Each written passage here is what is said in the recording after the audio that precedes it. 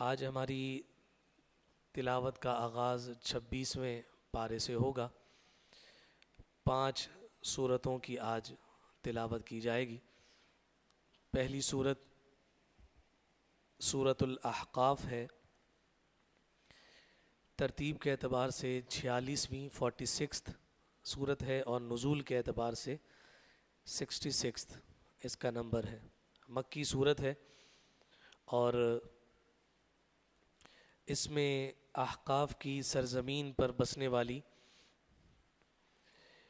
قوم، جس کو جناب ہود علیہ السلام کی قوم ذکر کیا جاتا ہے، جس کو قوم عاد کہا گیا ہے،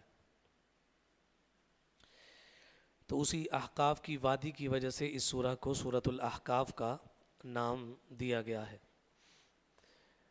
ابتدا میں مشرکین کے شبہات اور اعتراضات کا ایک دفعہ پھر جواب دیا گیا ہے کہ کبھی وہ کہتے تھے کہ یہ قرآن سحر ہے، جادو ہے، کبھی کہتے تھے کہ یہ معاذ اللہ محمد صلی اللہ علیہ وسلم کا تراشیدہ ذاتی کلام ہے، اور کبھی ایمان والوں کے بارے میں یہ کہتے تھے کہ اگر یہ ایمان کوئی اچھی چیز ہوتا تو یہ فقیر، غریب اور مزدور لوگ ایمان قبول کرنے میں ہم سے سبقت نہ لے جاتے۔ یہ ایمان اگر ایسی چیز ہوتی تو پہلے ہمیں حاصل ہوتی۔ انہیں اس بات پر بھی اعتراض تھا کہ ہم ایمان قبول کریں گے، لیکن یہ جو غریب، نادار، مسکین آپ کے ساتھ بیٹھتے ہیں، ان کو اپنے آپ سے دور کریں۔ تو حضور نبی اکرم صلی اللہ علیہ وسلم نے فقر کو پسند فرمایا ہے، اور غریبوں کے ساتھ بیٹھنا حضور علیہ الصلوۃ والسلام نے پسند فرمایا ہے۔ اس لیے کریم لجپال امام الانبیاء صلی اللہ علیہ وسلم دعا بھی فرمایا کرتے تھے کہ مولا دنیا میں بھی مجھے تو فقیروں کے ساتھ رکھ، اور قیامت کے دن بھی مجھے ان کے ساتھ اٹھا۔ تو اسلام ہمیشہ غربا اور ناداروں، مساکین سے اٹھا ہے، اور انہی کے ذریعے سے اس نے غلبہ پایا ہے۔ اور کل بھی صاحبان ثروت اور مال و دولت رکھنے والے افراد اہل ایمان کو اسی وجہ سے دھتکارا کرتے تھے کہ اس کے ماننے والے غریب ہیں۔ اور آج بھی اگر ہمیں ایمان کی رمق کچھ زیادہ جن گھروں میں نظر آتی ہے تو وہ غریبوں کے ہی گھر ہوتے ہیں۔ میں اپنے ساتھیوں سے اور احباب سے یہی اکثر گزارش کیا کرتا ہوں کہ ہم کہتے تو یہ ہیں کہ مدارس میں پڑھنے والے بچے مفلس، نادار اور غریب ہوتے ہیں، لیکن اللہ کی قسم ان سے مالدار کوئی نہیں ہے۔ اور اس کی وجہ یہ ہے کہ ہم اپنے بچے کو مدرسے نہیں بھیجتے، اگرچہ ان کے ماں باپ نے سر سے اتار کر مدرسے میں بھیجا ہو کہ پل بڑھ جائے گا، لیکن یہ دین اتنا غیرت مند ہے کہ جو اس دین کو اپنے سینے میں بساتا ہے، یہ دین اس کے سینے میں بس جاتا ہے۔ تو قرآن کے حفاظ کی اگر آپ کو اکثریت نظر آئے گی تو وہ غریب، نادار ہوں گے، اور مدارس میں پڑھنے والے طلباء بھی اسی صف میں ہوتے ہیں۔ تو ہمیں اس بات پر اس اعتبار سے اطمینان ہے کہ اصحاب صفہ کے جتنے طلباء تھے وہ بھی غریب تھے، اور ان کی برکت سے اللہ رب العزت نے ساری دنیا میں اسلام پھیلایا ہے۔ انشاءاللہ انہی غریبوں کی خدمت کرتے ہوئے یہ دین زندہ رہے گا، اور قیامت تک اس کا نور بکھیرتا رہے گا انشاءاللہ۔ تو یہ جو اعتراض کیا جاتا تھا، قرآن نے اس کا جواب دیا ہے کہ یہ کہتے ہیں کہ اگر ایمان اتنی اچھی چیز ہوتا تو ہم مالداروں کے پاس کیوں نہیں ہے، ان غریبوں کے پاس کیوں ہے۔ اور پھر وہ وقتاً فوقتاً یہ کہتے تھے کہ ہاں ہم آپ کی بات مان لیں گے، لیکن پہلے بلال کو اپنے پاس سے اٹھائیے، عمار بن یاسر کو یہاں سے اٹھائیے، صہیب رومی کو اپنے پاس سے اٹھائیے، دار ارقم کے جناب ارقم کو یہاں سے اٹھائیے۔ تو حضور نبی اکرم صلی اللہ علیہ وسلم نے انہی کے درمیان بیٹھنا پسند فرمایا ہے۔ تو یہ ساری تفصیل آج کی تلاوت میں ہے۔ پھر اس کے بعد 2 قسم کی اولاد کا تذکرہ کیا گیا ہے۔ اس سے پہلے اللہ رب العزت کا ایک حکم ہے وَوَصَّيْنَا الْإِنسَانَ بِوَالِدَيْهِ إِحْسَانًا، کہ ہم نے انسان کو یہ وصیت کی ہے کہ وہ اپنے والدین کے ساتھ احسان کرے۔ اور وہ کیسے احسان کر رہا ہے؟ فرمایا حَمَلَتْهُ أُمُّهُ كُرْهًا وَوَضَعَتْهُ كُرْهًا، کہ اس کی ماں نے تکلیف کے ساتھ 9 ماہ تک اسے اپنے پیٹ میں اٹھائے رکھا، اور پھر بڑی تکلیف کے بعد اس نے اپنی اولاد کو جنا ہے، اور پھر 30 ماہ کا عرصہ ذکر کیا کہ وہ اس کی نگہداشت کرتی رہی۔ یہاں اس سے مراد یہ ہے کہ 24 مہینے یعنی 2 سال اس ماں نے دودھ پلایا اور مدت حمل جو ہے پریگنینسی کی جو کم سے کم مدت ہے وہ 6 ماہ ہے، تو 6 ماہ اور یہ 24 مہینے اس کو ذکر کیا گیا کہ یہ کس انداز میں اٹھا کر اپنی اولاد کو پھرتی ہے اور اس کی ذمہ داریاں اٹھاتی ہے۔ اس لیے آقا کائنات صلی اللہ علیہ وسلم سے جب صحابہ نے دریافت کیا یا رسول اللہ صلی اللہ علیہ وسلم ماں اور باپ میں سے زیادہ حق کس کا ہے،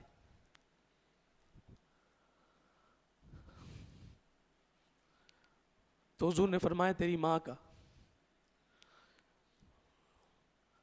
پھر پوچھا یا رسول اللہ اس کے بعد، فرمایا تیری ماں کا، پھر فرمایا تیری ماں کا، اور چوتھی دفعہ جا کر باپ کا ذکر فرمایا کہ وہ ماں جو ہے وہ 3 اعتبار سے تمہارے ساتھ وہ مشقت کا معاملہ کرتی ہے جو باپ نہیں کرتا ہے۔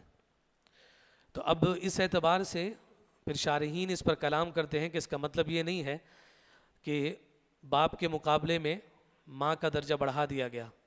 فرمایا اس کی تطبیق یوں ہوگی کہ جب حکم ماننے کی باری آئے گی تو باپ کا حکم مانا جائے گا، اور جب خدمت کرنے کی باری آئے گی اور کسی کے ساتھ حسن سلوک کرنے کی باری آئے گی تو پھر ماں کو سامنے رکھا جائے گا۔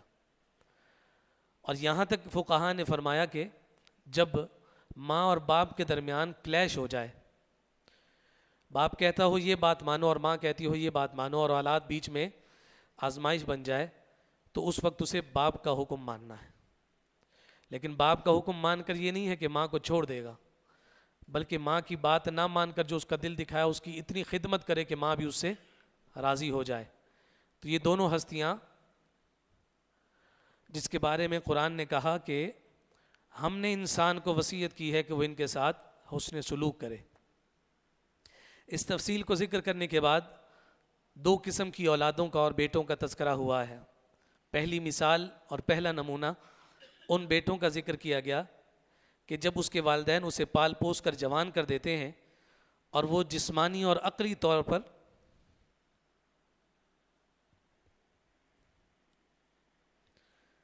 کمال کی حد کو پہنچ جاتا ہے، یعنی اب سب کچھ اس کے ہاتھ میں ہے، اس کے پاس مال بھی ہے، اس کے پاس طاقت بھی ہے، اس کے پاس گھر بھی ہے، ماں باپ اس کے کمزور ہو گئے، تو ایسا بیٹا اپنے زبان سے 3 قسم کی دعائیں کرتا ہے۔ اس کو قرآن نے ذکر کیا ہے، وہ 3 دعائیں کیا ہیں؟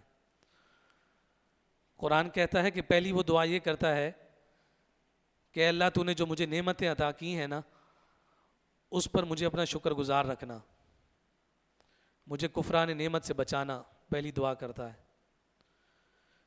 پھر وہ بیٹا یہ بھی دعا کرتا ہے کہ مولا مجھے ایسے کام کرنا میرے لیے آسان کر دے جس سے تو راضی ہو جاتا ہے، جن کاموں سے تو راضی ہوتا ہے وہ تو میرے لیے آسان کر دے۔ اور فرمایا کہ تیسری دعا وہ یہ کرتا ہے کہ اللہ مجھے اس جوانی تک جن والدین نے پہنچایا ہے اور میں ان کے لیے آنکھوں کی ٹھنڈک بنا ہوں، تو میری اولاد کو بھی نیک بنا دے۔ تو یہ بیٹا 3 دعائیں رب کی بارگاہ میں کرتا ہے۔ قرآن نے ان 3 دعاؤں کو ذکر کیا ہے۔ دوسری مثال اس اولاد کے ذکر کی ہے کہ جس کو پال پوس کر ماں باپ نے بڑا کیا، تو وہ جواب میں ماں باپ کو بڑے تکبر سے کہتا ہے کہ تم مجھے یہ بتاتے ہو کہ مجھے زمین سے زندہ کر کے دوبارہ نکالا جائے گا، حالانکہ بہت سے لوگ مجھ سے پہلے گزر چکے، میں بھی اتنے سال کا ہو گیا ہوں، میں نے تو اب تک نہیں دیکھا کہ کوئی دوبارہ زندہ ہوا ہے، لہٰذا میرے ساتھ ایسی بات نہ کرو۔ تو فرمایا کہ پہلے والا وہ ہے کہ جس سے جنت کا وعدہ ہے، اور دوسرے والا وہ ہے کہ جس سے جہنم کا وعدہ کیا گیا۔ اللہ کے نبیوں نے اولاد مانگی ہے، لیکن صالح اولاد کی ہمیشہ دعا کی ہے۔ جناب ابراہیم نے کہا ہے ربی حبلی من الصالحین۔ جناب زکریا نے جب دعا کی تو فرمایا ربی حبلی من لدنک ذریۃ طیبہ۔ اس لیے اولاد کو فرمایا گیا انما اموالکم و اولادکم فتنہ، کہ بے شک تمہارے مال اور تمہاری جو اولاد ہے تمہارے لیے آزمائش ہے، رب دے تب بھی آزمائش ہے، رب نہ دے تب بھی آزمائش ہے۔ اس لیے نافع دعا ہمیشہ مانگتے رہنا چاہیے کہ اللہ مال دے تو وہ بھی نفع والا مال ہو، اولاد دے تو اولاد بھی نفع والی ہو۔ اس ساری تفصیل ذکر کرنے کے بعد قوم عاد کا ایک دفعہ پھر تذکرہ کیا گیا ہے کہ ہم نے انہیں عذاب دینے کے لیے بادل بھیجا، قحط پڑ گیا تھا، شدید گرمی پڑی. جب وہ بادل آیا تو وہ خوشیاں منانے لگے کہ اب بارش برسے گی، ہماری ساری گرمی اور ہمارا سارا قحط جو ہے وہ ختم ہو جائے گا، اور یہ جو زمین بنجر ہو گئی ہے، یہ گھنا بادل جو آیا ہے اس کے پانی کی وجہ سے زمین دوبارہ سے جو ہے نا وہ کھیتی اگلنے لگے گی اور زرخیز زمین ہو جائے گی. اور پھر جب وہ بادل مکمل طور پر چھا گیا تو فرمایا کہ جب موسلا دھار بارش ہونے لگی تو وہ خوشی کے مارے اپنے گھروں سے باہر نکل آئے. اور جب وہ باہر نکلے تو فرمایا کہ اس بارش کے ساتھ اللہ رب العزت نے اس تیز ہوا کو بھی بھیجا کہ جس تیز ہوا نے انہیں ہوا میں اڑا کر رکھ دیا. اور پھر ہم نے پہلے بھی ذکر کیا کہ وہ کٹے ہوئے درختوں کے تنوں کی طرح زمین پر پڑے تھے کہ جو اپنے ہاتھ سے پہاڑوں کی چٹانوں کو توڑ لیا کرتے تھے.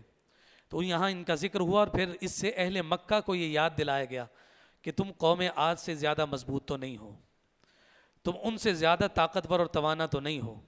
جس رب سے تم ٹکر لے رہے ہو اس نے قوم عاد کو چند لمحوں میں عبرت کا نشان بنا دیا. اس لیے رب ذوالجلال کے باغی مت بنو اور رب ذوالجلال کی وحدانیت کا اعلان کرو. اگلی جو صورت ہے وہ سورہ محمد ہے. امام الانبیاء صلی اللہ علیہ وآلہ وسلم کے مبارک نام نامی اس میں گرامی سے منسوب یہ بابرکت اور خوبصورت صورت ہے جس کو سورہ محمد کہا گیا. آپ سب جانتے ہیں کہ حضور علیہ الصلوۃ والسلام کے 2 ذاتی نام ہیں. صفاتی ناموں کی تو انتہا کوئی نہیں، بے شمار صفاتی نام ہیں. ذاتی جو نام ہیں حضور کے وہ 2 ہیں. پہلا محمد جو زمین والوں کے لیے صلی اللہ علیہ وسلم، اور دوسرا احمد جو آسمان والوں کے درمیان ہے. تو یہ ذاتی حضور علیہ الصلوۃ والسلام کے نام قرآن میں 5 مقامات پر ہیں. ایک مقام پر احمد ہے اور 4 جو مقامات ہیں وہاں پر اس میں محمد صلی اللہ علیہ وسلم ذکر کیا گیا ہے. دیکھیے قرآن جس محبوب پر نازل ہوا اس قرآن میں محبوب کائنات صلی اللہ علیہ وسلم کا نام نامی اس میں گرامی صرف 5 دفعہ ذکر ہوا ہے. اور دوسری جانب دیکھیں تو نبیوں کے اسماء کثرت کے ساتھ قرآن میں ذکر کیے جا رہے ہیں. تو یہاں مفسرین نے فرق ذکر کیا ہے. تذکرہ تو سب سے زیادہ محبوب کا ہی ہے، لیکن محبوب کو اس رب نے کبھی بھی نام کے ساتھ نہیں پکارا ہے. کبھی مزمل کہا ہے، کبھی مدثر کہا ہے، کبھی طٰہٰ کہا ہے، کبھی یاسین کہا ہے.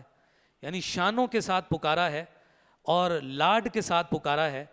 اور یہ بھی جہاں نام آئے ہیں تو یہاں پکارا نہیں ہے، ذکر کیا ہے. تو اس لیے فرمایا کہ رسول کائنات کو پکارنا ہو تو رسول کائنات کا نام لے کر نہ پکارا جائے بلکہ ان کو کسی صفت کے ساتھ پکارا جائے. جیسے یا خاتم النبیین کہا جائے، یا رسول اللہ کہا جائے، یا نور اللہ کہا جائے، یا حبیب اللہ کہا جائے.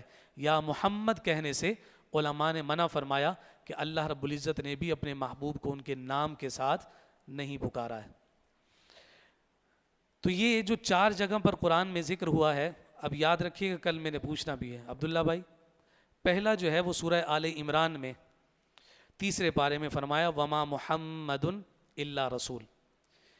2 آج کی تلاوت میں ہوں گے، ایک سورہ محمد اور پھر اس کے بعد اگلی سورت سورہ فتح کے آخر میں محمد الرسول اللہ، اور پھر ایک سورہ احزاب میں 22ویں پارے میں جہاں فرمایا ما کان محمد ابا احد من رجالکم.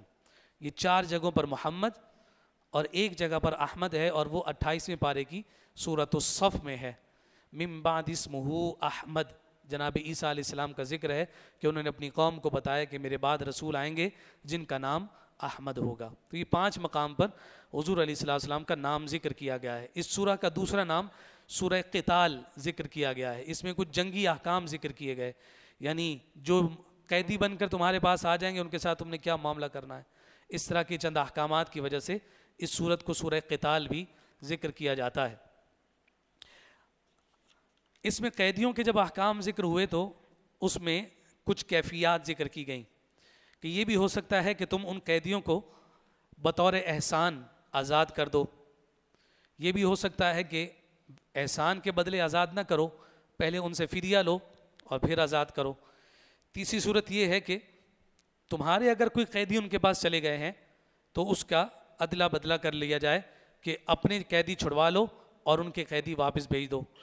چوتھی امکانی صورت یہ بھی ہے کہ انہیں اپنا غلام اور اپنی لونڈی بنا لیا جائے۔ تو یہ کیفیات تھیں کہ جو قیدی آنے ہیں۔ اب یہاں پر کیفیت یہ ہے کہ یہ جو غلام اور لونڈی بنانے کی کیفیت ہے، اس کو سب سے آخر میں ذکر کیا گیا، اور اسلام نے اس غلامی کے تصور کو کثرت کے ساتھ ختم فرمایا۔ جہاں کہیں کوئی جو ہے وہ جرمانہ عائد کیا گیا تو کبھی فرمایا کہ جناب اتنے مسکینوں کو کھانا کھلانا ہے، کبھی کہا اتنے روزے رکھنے ہیں، یا پھر یوں آپ نے جو ہے غلام کو آزاد کرنا ہے۔ تو ہر دوسرے کام پر غلام کو آزاد کرنے کی بشارتیں اور خوبصورت اس پر نویدیں آقا کائنات صلی اللہ علیہ وسلم نے عطا فرمائی۔ تو صحابہ نے کثرت کے ساتھ اپنے غلاموں کو آزاد فرمایا، یہاں تک کہ عبد الرحمن بن عوف رضی اللہ تعالیٰ عنہ کے حوالے سے سیرت نگاروں نے بیان کیا کہ انہوں نے 30,000 کے قریب غلاموں کو آپ نے آزاد فرمایا۔ یعنی جب موقع لگتا تو حضور خوشخبری دیتے کہ غلام آزاد کرو، تمہیں یہ رب یہ انعام عطا فرمائے گا، تو صحابہ اپنے غلاموں کو آزاد فرما دیا کرتے۔ اور پھر وہ غلامی کی جب وہ زنجیریں ٹوٹی ہیں اور انہوں نے اسلام قبول کیا ہے، تو پھر انہی غلاموں میں ہمیں کوئی بہت بڑا مفسر نظر آتا ہے، کوئی بہت بڑا محدث نظر آتا ہے، کوئی میدان جہاد کا ہمیں فاتح نظر آتا ہے، اور پھر کوئی کسی بڑے بادشاہ کا ہمیں وزیر اور فرما روا نظر آتا ہے۔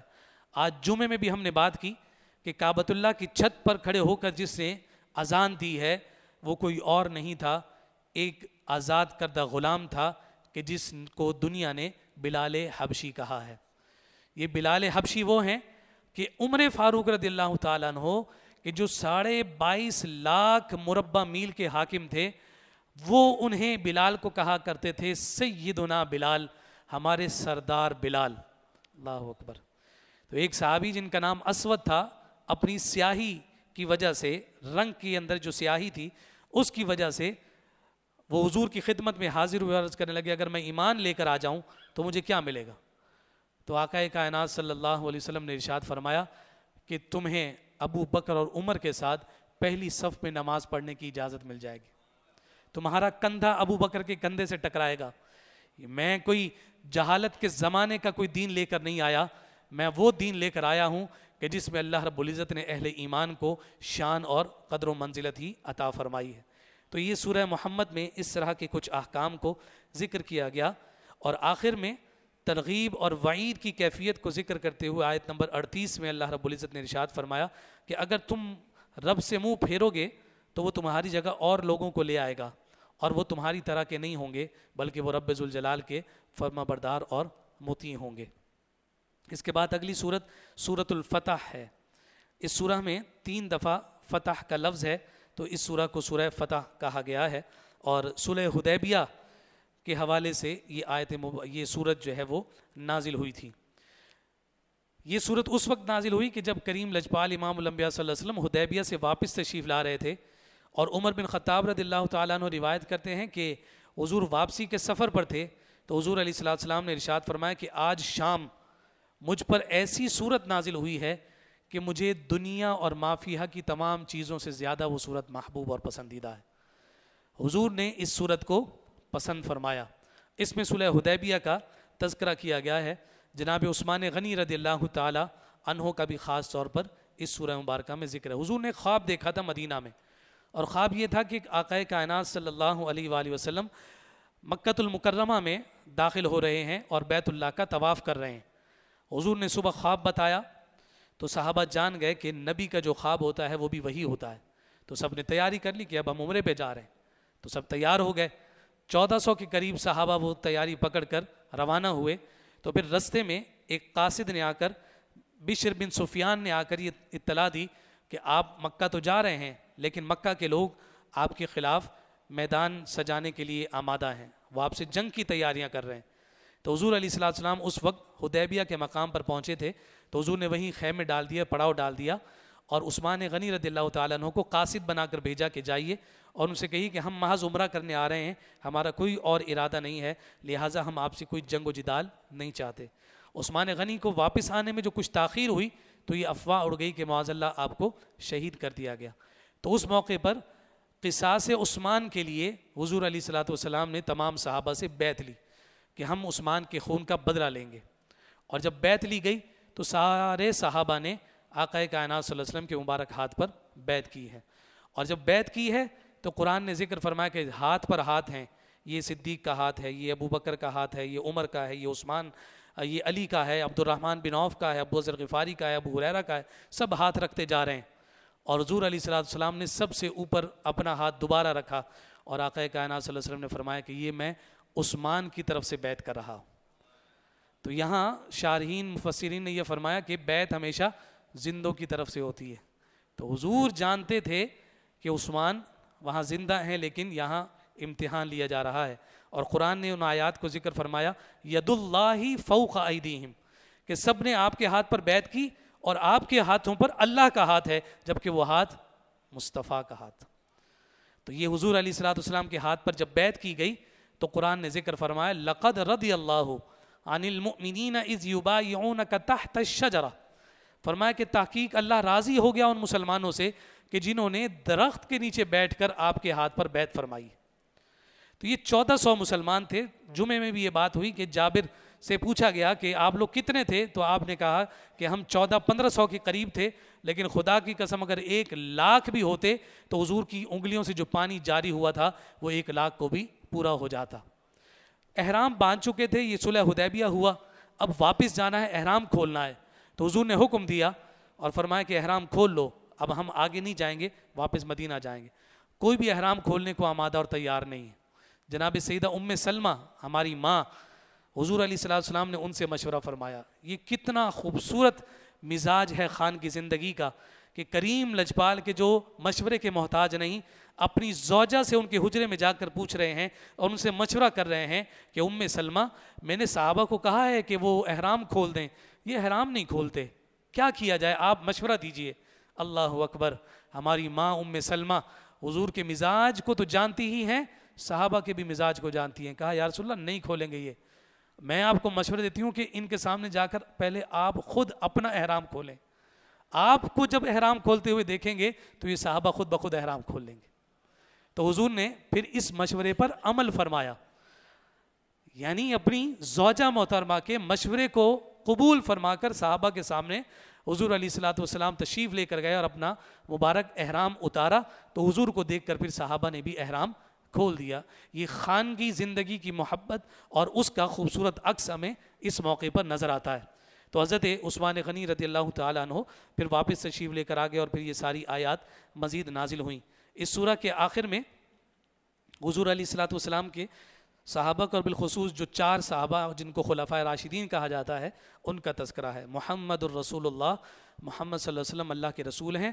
والذین معہ، وہ لوگ کہ جو ان کے ارد گرد ہیں.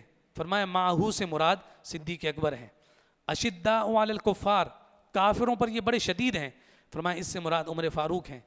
رحماء بینہم، آپس میں بڑے مہربان اور رحم دل ہیں. فرمایا اس سے مراد عثمان غنی ہیں. تراہم رکعا سجدا، اور ان میں سے تمہیں ایک وہ بھی نظر آئے گا کہ جو صبح و شام رب کی بارگاہ میں رکوع اور سجدہ کرتے ہوئے نظر آئے گا. تو فرمایا کہ اس سے مراد علی المرتضیٰ شیر خدا ہیں. یہ چاروں صفات سارے صحابہ میں تو موجود ہیں، لیکن یہ صفات ان 4 شخصیات کی پہچان اور علامت بنا. تو فرمایا کہ اسی ترتیب، یہی ترتیب خلافت ہے. پہلے صدیق اکبر کا ذکر، جناب صدیق اکبر پہلے خلیفہ، پھر عمر کا ذکر وہ دوسرے خلیفہ، پھر عثمان کا ذکر وہ تیسرے خلیفہ، اور پھر علی المرتضیٰ کا تذکرہ اور وہ مسلمانوں کے چوتھے خلیفہ قرار پائے. اس کے بعد یہ صورت مکمل ہوتی ہے تو اگلی صورت سورہ حجرات ہے. حجرات حجرہ اور گھر کو، کمرے کو کہتے ہیں، اور حجرات اس کی جمع ہے. ترتیب کے اعتبار سے 49 اور نزول میں 106 نمبر پر یہ صورت ہے. بدو اور دیہاتی افراد، مضافات کے رہنے والے جو ایمان لانے والے لوگ تھے کہ جو آداب رسالت، بارگاہ رسالت مآب صلی اللہ علیہ وسلم سے آگاہ نہیں تھے، تو وہ آ کے حضور کے دروازے پر کھڑے ہو کر اونچی اونچی آواز میں حضور کو پکارا کرتے. تو یہاں ان آیات میں سختی کے ساتھ منع فرمایا لا ترفعوا اصواتکم فوق صوت النبی، کہ اپنی آواز کو اپنے نبی کی آواز سے اونچا مت کرو. اور کیوں نہ اونچا کرو؟ کہیں ایسا نہ ہو کہ تمہارے اعمال غارت ہو جائیں اور تمہیں اس کی خبر ہی نہ ہو. بارگاہ رسالت مآب صلی اللہ علیہ وسلم کا یہ ادب ذکر فرمایا گیا کہ حضور علیہ الصلوۃ والسلام کی بارگاہ میں آواز اونچی نہیں ہونی چاہیے. یہ پروٹوکول اور یہ ڈیکورم حضور کی ظاہری زندگی میں بھی تھا، اور حضور علیہ الصلوۃ والسلام کی زندگی کے بعد، ظاہری وصال کے بعد بھی یہ معمول رہا. امام مالک رضی اللہ تعالیٰ عنہ نے سالوں مسجد نبوی میں بیٹھ کر مصطفیٰ کی حدیث پڑھائی، لیکن ورق پلٹتے ہوئے بھی احتیاط فرماتے تھے کہ کہیں صفحہ پلٹنے کی آواز سے اس بارگاہ کی بے ادبی نہ ہو جائے۔ یہ ہمارے جلیل القدر اکابرین اور ہمارے بزرگ ہیں کہ وہاں کہتے ہیں کہ سانس بھی آہستہ لو کہ کہیں تمہارے سانس کی آواز سے اس بارگاہ کی بے ادبی نہ ہو جائے۔ وہ عظیم بارگاہ ہے، لیکن اگر آج ہم اپنے آپ کو دیکھیں تو ہمارا المیہ دیکھیے، اللہ اکبر، اللہ معاف فرمائے اور سرکار ہمارے حال پر رحم کروائیں کہ ہم مواجہ شریف کے سامنے ہوتے ہیں، ایک ہاتھ میں جوتی ہوتی ہے اور دوسرے ہاتھ میں موبائل ہے، اور ہم حضور کے مواجہ کے سامنے سے گزر رہے ہوتے ہیں۔ اللہ اکبر، اس پر ہمیں غور کرنا چاہیے، کہیں ایسا تو نہیں کہ وہ بارگاہ ہم سے ناراض ہو جائے اور خفا ہو جائے۔ اس بارگاہ کا بہت بڑا ادب ہے، جہاں سانس لینا بھی زور سے بے ادبی تصور کیا جاتا ہو، تو وہاں اس طرح کی کیفیات اور معاملات یقیناً خطرے سے خالی نہیں ہیں۔ اس سورہ مبارکہ میں 5 دفعہ اللہ رب العزت نے یا ایھا الذین آمنو کہہ کر جو ہے صاحبان ایمان کو مخاطب کیا ہے۔ بہت سارے اجتماعی اور معاشرتی آداب کو ذکر کیا گیا ہے۔ جب تمہارے پاس کوئی فاسق شخص خبر لے کر آئے تو فرمایا کہ اس کی خبر کی پہلے اچھے سے تصدیق کر لیا کرو، اس پر یقین کرنے سے پہلے۔ ان جاءکم فاسق بنبأ فتبینوا، اچھے سے چھان پھٹک کر لیا کرو۔ اب تو اے آئی کے بعد تو حالات بہت ہی زیادہ سنگین ہو گئے ہیں۔ آپ کی آواز کی نقل آواز بن رہی ہے، آپ کی شکل کی نقل شکل بن رہی ہے، لپ سنک باقاعدہ ہو رہے ہیں اور پتہ نہیں چلتا کہ یہ ویڈیو اصل ہے یا نقل ہے۔ اور اس کے بعد تو یہ جو آیت ہے اس پر عمل بہت زیادہ ناگزیر ہو گیا ہے کہ ہر سامنے آنے والی بات پر قطعاً یقین نہ کیا جائے۔ اگر یہ یقین کرنے کا سلسلہ یوں ہی جاری رہا تو پھر ہمیں فتنہ اور انتشار کے علاوہ کوئی چیز میسر ہونے والی نہیں ہے۔ کوئی اطلاع ملے، کوئی خبر آپ تک پہنچے تو اس خبر کی صاحبان علم سے پہلے تصدیق کی جائے، اور اس پر عمل کرنے سے پہلے یا اس کو یقین لینے سے پہلے تسلی کر لی جائے کہ کیا واقعی یہ خبر یوں ہی ہے یا کہ پھر یہ فیک نیوز تھی۔ اور اس پر ہمیں یقیناً غور کرنا چاہیے، وگرنہ بہت سارے گھرانے ہمیں برباد ہوتے ہوئے نظر آتے ہیں۔ ایک دوسرے کا مذاق اڑانے سے منع کیا گیا، نام بگاڑنے سے منع کیا گیا، اور ساتھ جو ہے عیب لگانے، تانا دینے اور ذلیل و رسوا کرنے سے منع کیا گیا، اور اس طرح کی دیگر بہت ساری برائیوں سے روکا گیا۔ غیبت کرنے کو فرمایا کہ تمہارا غیبت کرنا ایسے ہی ہے کہ جیسے تم اپنے مسلمان بھائی کے جو ہے نا گوشت کو تم کھا رہے ہو، مردہ گوشت کو تم کھا رہے ہو۔ یہ ساری تفصیل ذکر کی گئی۔ اگلی سورت سورہ قاف ہے اور اس میں کچھ بنیادی احکامات کو ذکر کیا گیا، اور حضور علیہ الصلوۃ والسلام اسے عام طور پر جو بڑے اجتماعات ہوتے تھے، جیسے جمعہ کا اجتماع ہے اور عیدین کے جو اجتماعات ہوتے تھے، اس میں حضور علیہ الصلوۃ والسلام اس سورہ قاف کی تلاوت فرمایا کرتے تھے۔ اللہ رب العزت ہم سب کو عمل کی توفیق عطا فرمائے۔